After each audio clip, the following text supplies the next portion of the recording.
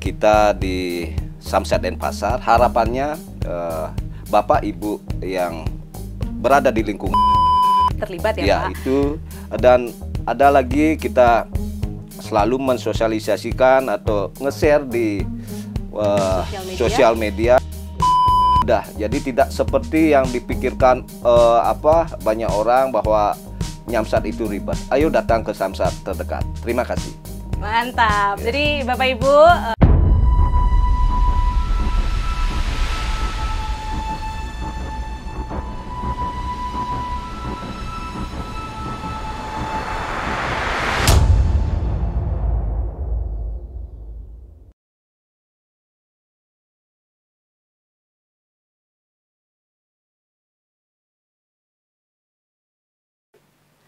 Om Swastiastu.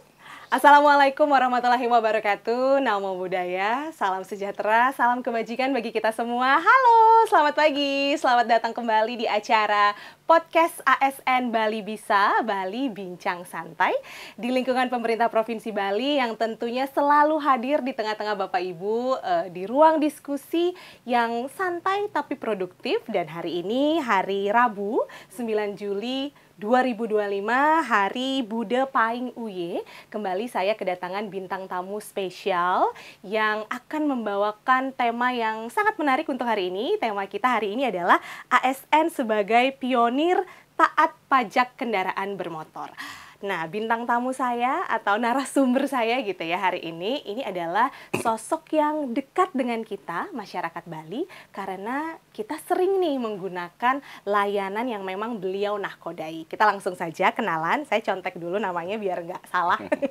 Beliau adalah Bapak I Gede Sutarye Yase, SHMAP. Beliau adalah Bapak Kepala Seksi Pelayanan UPTD, Pelayanan Pajak dan Retribusi Daerah di Kota Denpasar di Badan Pendapatan Daerah Provinsi Bali. Kita sapa dulu, selamat datang Bapak di podcast kita. Selamat pagi. Selamat pagi. Terima kasih sudah dikasih kesempatan kita memberikan informasi terkait dengan produk-produk atau program yang ada di di UPTD PPRD Kota Denpasar ya. Jadi lebih populer Samsat Denpasar. Samsat Denpasar ya, gitu ya. Jadi nyebutnya. Terima kasih, semoga selalu dalam keadaan sehat dan berbahagia. Baiklah, Bapak gimana kabarnya? Hari ini happy, bahagia sangat juga? Happy, sangat happy ya. Sangat happy datang ke ruang podcast ini. Sangat happy ya. Kelihatan sehat sekali Bapak. Hari ini sudah olahraga? Sudah setiap hari. Aduh, Itu saya harus jadi ngerasa agak gimana karena belum olahraga. Ya. Tapi kembali lagi ke topik Bapak. Hari ini Bapak sebelum mulai topiknya boleh dong diceritakan sedikit Bapak sudah berapa lama berkecimpung di Samsat Denpasar ini, kemudian sehari-hari peran atau tupoksinya seperti apa? Baik, terima kasih Prama. Jadi saya ditugaskan di Samsat Denpasar sudah kurang lebih 7 tahun lebih ya. Jadi di posisi ini saya baru menjabat 1 bulan. Oke, di posisi ini 1 bulan, tapi sebenarnya sudah di Samsat Denpasar selama 7 tahun. 7 tahun kebetulan saya ditugaskan di bagian pelayanan juga, dan saya dipromosikan juga di bidang sana. Ya, Baik, berarti sudah bukan anak kemarin sore ya Pak. Ya. Udah orang lama nih gitu. Jadi memang pantas dipromosikan dan pastinya sudah sering handling komplain gitu ya Pak ya. Betul. Berhadapan dengan masyarakat, keluhan-keluhan itu sudah sering dilakukan ya Pak sering sekali. Baiklah. Topik kita hari ini cukup menarik ya Bapak ya. Seperti tadi yang sudah kita singgung bahwa topik kita hari ini adalah ASN sebagai pionir taat pajak kendaraan bermotor. Bapak boleh ceritain nggak sebenarnya apa sih makna dari topik ini? Apakah ASN ini yang terdepan atau memang harus melakukan sosialisasi dalam rangka pembayaran pajak kendaraan bermotor atau apa Pak? Ya, terima kasih Prama. Jadi melalui podcast ini kita di Samsat Denpasar, harapannya Bapak Ibu yang berada di lingkungan ASN Provinsi Bali memberikan contoh dengan menyamsat tepat waktu. Itu satu. Dan mungkin lebih mensosialisasikan program-program yang ada di Samsat Denpasar. terkait dengan kesamsatan. Begitu, jadi Prama. itu pionir ya maksudnya ya Pak ya, harus memberikan tepat contoh, waktu memberikan gitu, contoh, jangan mentang-mentang kita bikin program pemutihan gitu kan, malah ASN-nya juga males-malesan bayarnya gitu ya Pak ya. Betul. Wah, menarik sekali. Dan tahun ini memang seperti tahun-tahun sebelumnya juga ya Pak, ada program keringanan pajak yang cukup menarik dan tentunya bermanfaat bagi masyarakat. Bisa dijelaskan Pak, bentuk keringanan atau insentif pajak yang sedang berlaku saat ini apa saja? Ya, baik Prama. Jadi program pemerintah sesuai dengan Perda 1 2024 dan Pergub 30 2024 adanya keringanan, kemudahan bagi masyarakat pada umumnya untuk membayar pajak. Yaitu diantaranya ada pembebasan bea balik nama atau BBN2. Itu satu. Kedua, sudah tidak dipungut lagi pajak progresif. Dan denda yang dulunya 25% per tahun atau 1 hari sama dengan 1 tahun, sekarang dihitung per bulan. 1 bulannya hanya 1%. Jadi kalau dihitung dalam waktu setahun itu hanya 12%.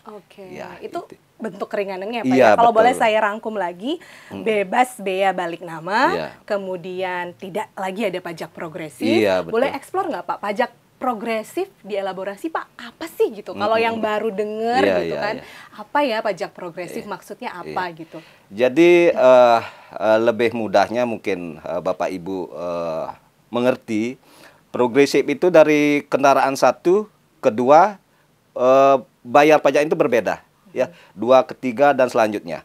Tapi kalau dengan program ini, berapapun punya kendaraan sudah bebas, artinya tidak bayar lagi kelebihan-kelebihannya itu. Cukup bayar pokoknya saja. Mantap. Dan yang terakhir tadi adalah keringanannya satu lagi adalah sekarang 1 tahun cukup 12% saja Pak. Iya, betul. Wah, mantap sekali. Jadi kalau boleh kita gali lagi, sebenarnya tujuannya apa sih Pak memberikan keringanan ini? Apakah meningkatkan kepatuhan pembayaran? Ada tujuan yang memang ingin dicapai kah, jangka pendek, jangka menengahnya? Dalam hal pajak kendaraan bermotor ini yang sangat penting adalah untuk optimalisasi pendapatan kita. Jadi kembali yang saya jelaskan tadi, bisa memberikan kepatuhan kepada wajib pajak untuk melakukan pembayarannya pajaknya tepat waktu dan lebih mengajak saudaranya, teman-temannya atau masyarakat luas untuk mengajak membayar pajak lebih tepat waktu lagi. Baik, jadi tadi disebutkan tujuannya sebenarnya adalah optimalisasi pendapatan.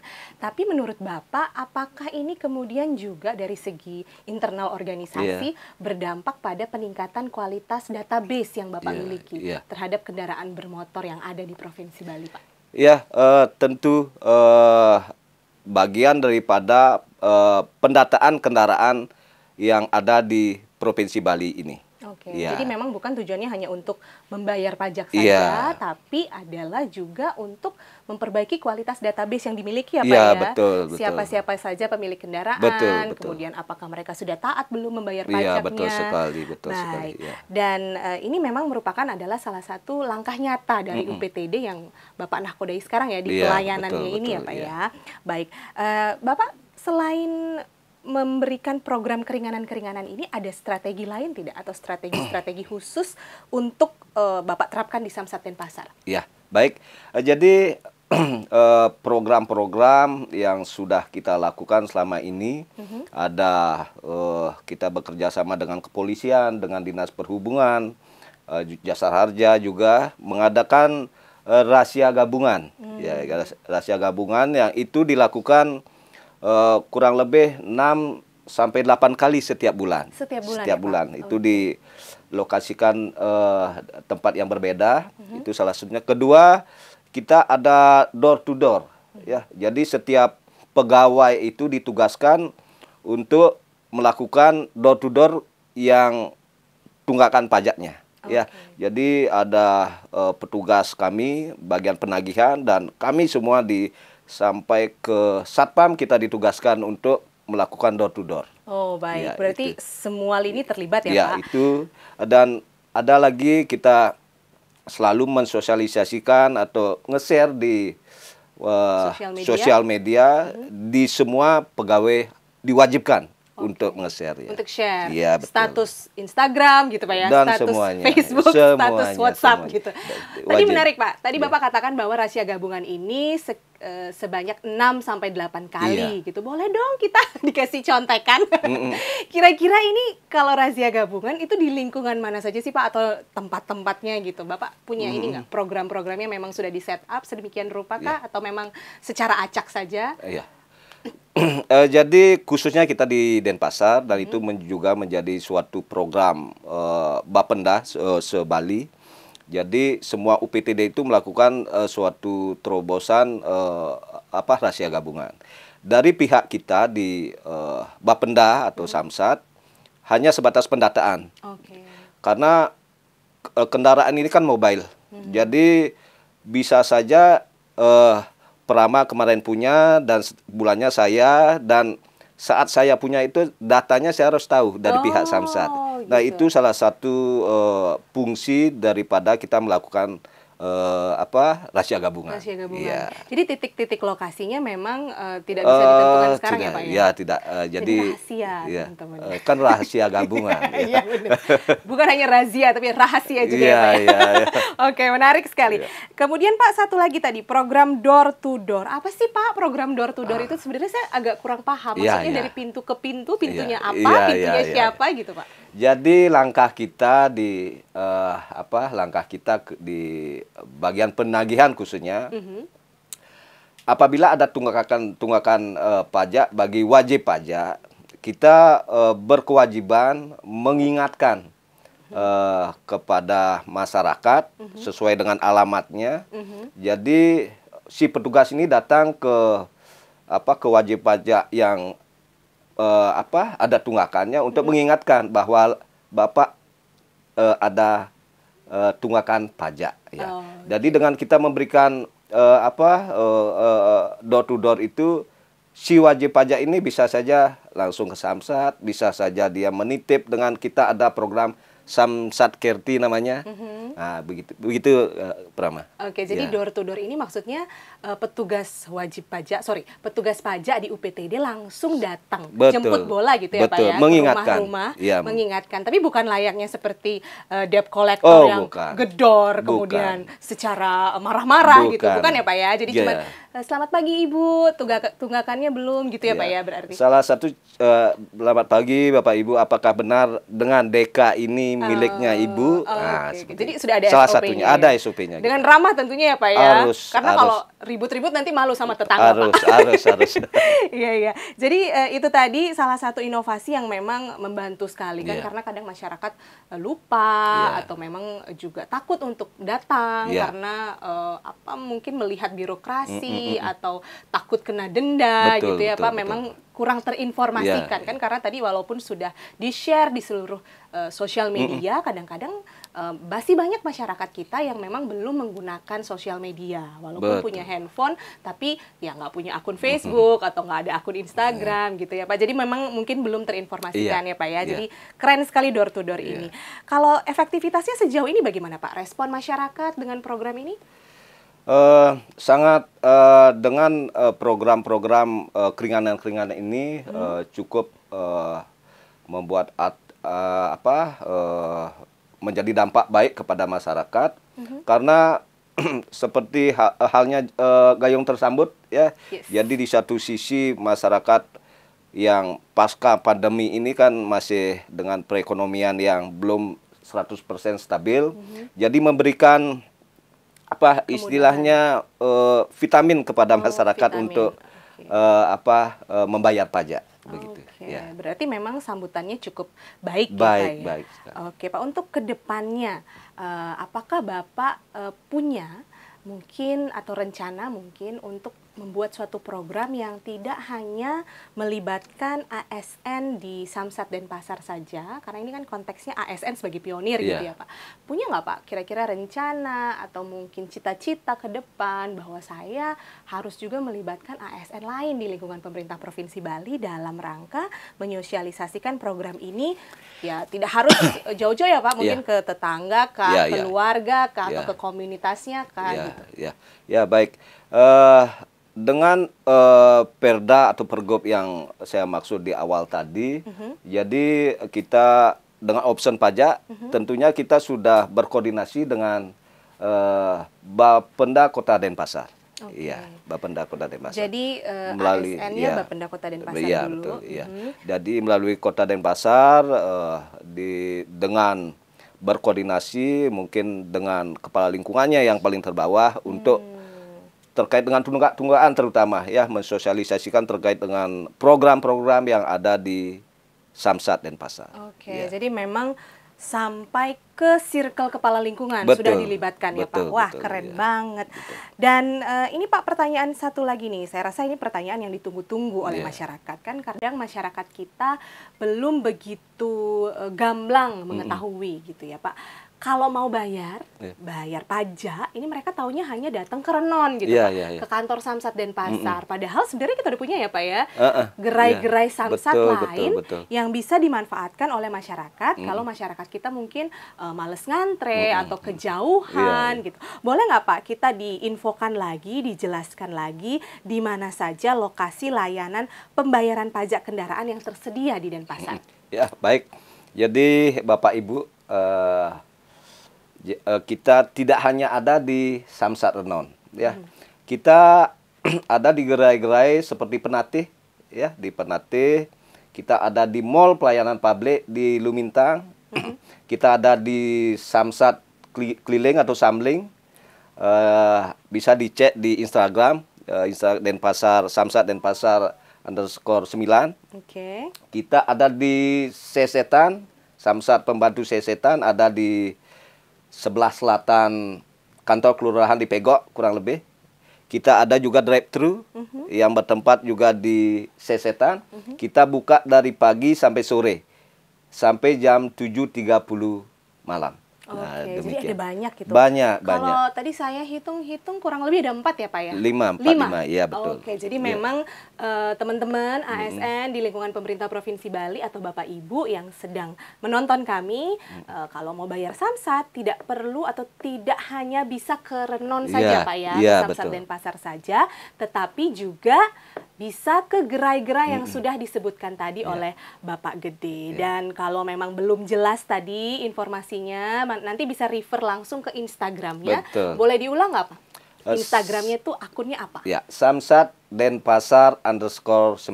Samsat Denpasar _9. Jadi di situ nanti ada jam operasional ya Pak. Betul. Jam operasional gerai Samsat, baik yang di Sesetan, di mana lagi Pak? Samling terutama. Terutama karena titik-titiknya berpindah-pindah ya Pak. Wah, baik, mantap sekali. Jadi memang selain tadi menjemput bola, pelayanan ini juga memang disebar gitu Pak ya, agar tidak berpusat di satu titik saja. Baik Pak. Kalau menurut Bapak, sampai sejauh ini, gerai mana yang paling sering atau paling memang banyak peminatnya dimanfaatkan oleh masyarakat? Dan adakah perbedaan Pak di layanan masing-masing gerai ini? Ya, kalau terkait dengan pelayanan, kita dimanapun pelayanan sama. Layanannya sama ya Pak? Jadi yang selama ini yang paling banyak wajib pajaknya, karena lingkupnya lebih besar, ada di Renon. Ada di Renon. Dan di Sesetan. Dan perlu Bapak Ibu ketahui bahwa sebenarnya yang paling mudah dengan situasi yang lebih bagus dengan ber-AC dan lain sebagainya, di MPP kita sudah dari beberapa tahun ini udah ada di sana. Apa tuh Pak MPP? Mall Pelayanan Publik di Lumintang. Mall Pelayanan Publik di lapangan Lumintang. Di dalamnya di gedung, bukan di lapangannya. Ya maksudnya deket-deket situ ya Pak ya. Jadi kalau misalnya memang ingin yang nyaman gitu kayak Bapak tadi bilang, ber-AC, adem, boleh datang ke MPP. Bapak ada nggak nanti kira-kira di situ? Kadang-kadang ada. Kadang-kadang ada. Oke, siapa tahu mau datang langsung ketemu Pak Gede kan ya. Tapi tadi saya tekankan lagi dari layanan memang tidak ada perbedaan. Tidak Semuanya ada. sama ya Pak ya. Ya. Mungkin dari segi jam operasional? Kurang lebih sama juga. Sama juga. Okay. Ya, dan hanya drive-thru kita buka sampai jam setengah 8 malam. Setengah 8 malam, wah, ya. Berarti lembur juga ya Pak ya? Ya, ada di sesi yang saya sebutkan di sesetan tadi. Oh, oke. Wah, keren sekali nih. Berarti tidak hanya offline, tapi ada online-nya juga, Pak? Iya. Ada kita mungkin lewat HP bisa dengan aplikasi e-Samsat namanya. Tinggal download, bisa kita melalui e-Samsat. E-Samsat itu. Ya. Jadi di aplikasi ini pembayarannya apakah sudah bisa dari A sampai Z prosesnya selesai di online atau masih perlu datang juga Pak ke Gerai Samsat untuk misalnya stempel atau apa? Kalau di masyarakat kan biasanya wah online-nya ternyata nggak sepenuhnya online gitu, masih perlu datang lagi ke gerai. Itu kan mungkin ada keluhan gitu nggak Pak? Atau memang sudah full online? Iya. Jadi online kita hanya cukup Samsat 1 tahun, pengesahan 1 tahun. Jadi memang wajib ke kantor Samsat terdekat untuk menstempel. Oke. Iya. Tapi prosesnya nggak cepat ya. Nggak selama kita dari awal gitu ya. Lebih jadi memang cepat. Sangat online cepat. Membantu juga. Iya. Oke. Jadi online kemudian perlu datang hanya untuk pembubuhan cap saja. Betul. Mantap sekali. Mudah-mudahan nanti ini apa ya, mungkin kedepannya kalau misalnya Pak Kang Gede yang sudah jadi kasih pelayanan, mungkin nanti ada terobosan cap elektronik gitu Pak. Ya, mudah-mudahan nanti ke depannya. Jadi nggak usah datang lagi gitu Pak. Kan kita online aja ya Pak ya. Baik Bapak, sebagai penutup kita karena waktunya yang terbatas ya teman-teman, saya pengen ini dong Pak, pengen Bapak share, ada pesankah atau ajakan kepada Bapak Ibu di pemerintah Provinsi Bali, teman-teman ASN, agar bisa menjadi pionir yang benar-benar taat pajak dan ikut menyebarkan semangat ini ke seluruh lapisan masyarakat. Iya. Jadi silakan Pak. Ya, kepada Bapak Ibu, saudara-saudara, teman-teman yang ada di lingkungan ASN Provinsi Bali pada umumnya, mari kita sosialisasikan terus program-program yang ada khususnya di Samsat Denpasar ya, kepada saudaranya, kepada masyarakat luas, bahwa sesungguhnya Samsat itu sangat mudah ya. Jadi tidak seperti yang dipikirkan banyak orang bahwa Samsat itu ribet. Ayo datang ke Samsat terdekat. Terima kasih. Mantap. Jadi Bapak Ibu, seluruh masyarakat yang sedang menonton, tadi seperti yang Bapak Gede bilang, Samsat itu nggak ribet. Samsat itu sesimpel dan seindah senyuman Pak Gede gitu ya. Bapak. Jadi harus rajin-rajin atau taat gitu dengan deadline Samsatnya, dengan deadline pajaknya ya Pak ya. Apalagi sekarang dendanya juga sudah ringan sekali, hanya 1% per bulan. Per bulannya. Baik Bapak, terima kasih atas sharing informasinya, penjelasannya. Sama-sama. Saya yakin ini adalah sesuatu yang sangat mencerahkan, sesuatu yang sangat bermanfaat bagi masyarakat Bali. Dan kita ketemu lagi Bapak di lain kesempatan. Semoga sering ketemu ya. Semoga sering ketemu ya. Nanti saya Samsat boleh nitip nggak? Siap, ya Pak ya? Siap. Harus datang ya Pak dan ikuti prosedurnya gitu. Apalagi sekarang udah bisa online. Baik, kalau begitu teman-teman dan juga para viewers, terima kasih banyak atas waktu dan penjelasan dan bukan penjelasan dan company-nya gitu udah nemenin saya dari tadi, udah nemenin Pak Gede juga. Semoga apa yang kita bahas ini bisa menjadi inspirasi nyata ya Pak ya, bagi seluruh ASN Bali untuk bisa menjadi panutan dalam taat pajak kendaraan bermotor demi tentunya mendukung peningkatan pendapatan Provinsi Bali demi pembangunan Bali yang lebih kuat dan mandiri. Siap. Kalau gitu kita tutup ya Pak ya, Ya. podcast kita hari ini. Kita ketemu lagi di lain kesempatan. Terima kasih banyak sudah menonton. Jangan lupa nontonnya sampai habis ya Bapak Ibu. Dan kita akan ketemu lagi Rabu depan. Saya tutup dengan Parama Santi. Om Santi Santi Santi Om. Waalaikumsalam warahmatullahi wabarakatuh. Jangan lupa subscribe, like, dan komennya. Thank you so much. See you.